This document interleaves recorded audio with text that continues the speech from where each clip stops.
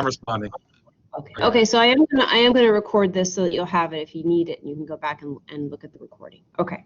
So this is for activity B, number 3, gathering data using the different colors of wavelength that are put onto the plant, and then recording the data each time with these particular settings: 90% light, 24 degrees Celsius, and 1,000 parts per million carbon dioxide. Those are the constants. What you're going to change is the light wavelength down here.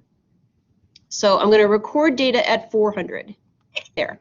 Okay, so 400, and what the constants are over here, I'm not changing any of those, but as a result, you have an oxygen reading of 44. Okay, I'm going to go up by 50s. It tells you to go up by 20s. I'm going to go up by 50s because I think it's just going to be a little bit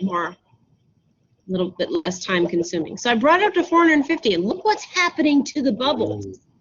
Okay, so that particular wavelength looks like a successful one. I'll record the data. You see it went up to 98.6, almost 100. Okay, now I'm going to pull it up to 500. You see it's going to go down a little bit. 500 there.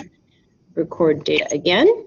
Went back to 46. Okay. I'm going to go up by another 50, and that puts me into green light, which I think we may have talked about. Plants don't do very well with green light only shown on them. And that should make sense to you, because green light is what they're reflecting. In other words, green light is rejected in the photosynthesis process. It's not used to run the process. Some of the other colors that are absorbed are used. But green is reflected, and that's the biggest clue to tell you that it isn't used in photosynthesis. Okay, so that's 550. I'm going to take it up to 600 and record data again. That's in the yellows, and it went up a little bit. Take it up to 650, and once again, in the bubble zone, 650 goes up to almost 80. And then I'm going to go up to 700, still high, but not. There we go. Goes back down to 46. All right. So there's enough data here to make a curve. So now what we're going to do is we're going to go back and. Hold on, Ms. Murdoch. Yeah. I want to snag that picture right there for you. Mm-hmm. Give me 1 second, just because I would like to use this, just so we have it.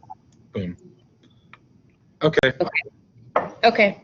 So what you can do is you can go over to the graph once you're finished, and you're supposed to be doing it by 20s. I did it in larger increments so we could get it done faster. But when you look at the graph, make sure that it's on wavelength down here so you can see.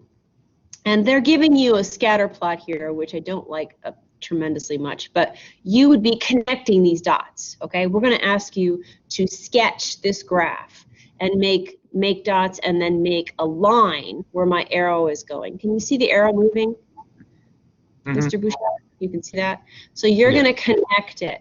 You're going to connect this. We're going to give you a pear deck slide in just a minute. We're going to give you the data, and we want you to draw the graph, because what we found out is that the Google form we gave you, it's really difficult to draw the graph on here. So we're going to give you the chance to do it in the pear deck, and then you'll just get your points from that. So if you do that, if you join the pear deck and you do that on the pear deck, you'll get the points from it, and you won't have to worry about the fact that you're not able to draw it on your Google form. All right, does everyone understand that, hopefully? So what I will do when we join the pear deck, Ms. Murdoch, since I just snagged that whole data chart, we can just put that on. I can just share that up here once they go into their pear deck. Yeah, and if some of you already figured out how to screenshot something and then put it on your Google Doc, that's great. If you've already done that, fantastic. That's just fine.